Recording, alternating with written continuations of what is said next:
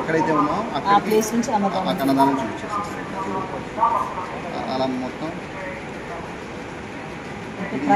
ఇదే కాకుండా మనకి ట్రైబల్ మ్యూజియం అభ్యాన్యేశ్వరం పాపికొండలు శ్రీరామ నెక్స్ట్ ఇలా మొత్తం అంత క్షేత్రమహత్యం మాకున్న టెంపుల్స్ ఉన్నాయి. ఆ సింపుల్ టెంపుల్స్ అండి ఇలా నొక్కగానే మ్యాప్ దాన్ని తీసుకుంటాం. జస్ట్ ఇక్కడ నెక్స్ట్ ఏంటంటే ఇన్ఫర్మేషన్ కూడా వస్తుంది సార్. దేవస్థానం స్తోత్రాలు నెక్స్ట్ 3 లాంగ్వేజ్ కూడా హిందీ ఇప్పుడు వస్తే ఇంగ్లీష్లో తెలుగు హిందీలో కూడా తీసుకొస్తాం.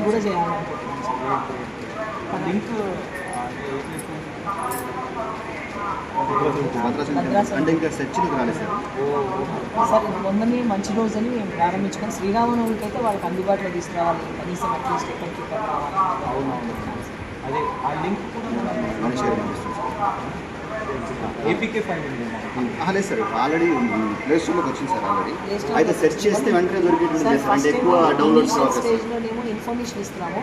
నెక్స్ట్ అదే యాప్తోనే ఇప్పుడు వెబ్సైట్లో ఎట్లా బుక్ చేసుకుంటాము, టికెట్లు కానీ పూజలు కానీ అట్లాంటివి మళ్ళీ అందులో పెడతాం సార్. నెక్స్ట్ స్టేజ్ ఒక యూట్యూబ్ ఛానల్ కూడా ఓపెన్ చేస్తాం. కోడ్ కూడా దేని సార్ అంటే ప్రస్తుతం సెర్చ్లు ఎక్కువైతే కనుక వస్తాయి సార్. రీసెంట్లీ అది మెల్లమెల్లగా ఫేమస్ అయితే అది వచ్చేస్తుంది.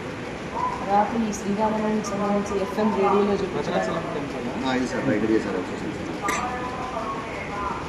శ్రీరామనవమికి సంబంధించి FM రేడియోలో కూడా చూపిస్తున్నాను సార్. ఆల్రెడీ ఆమెకు పంపించాను.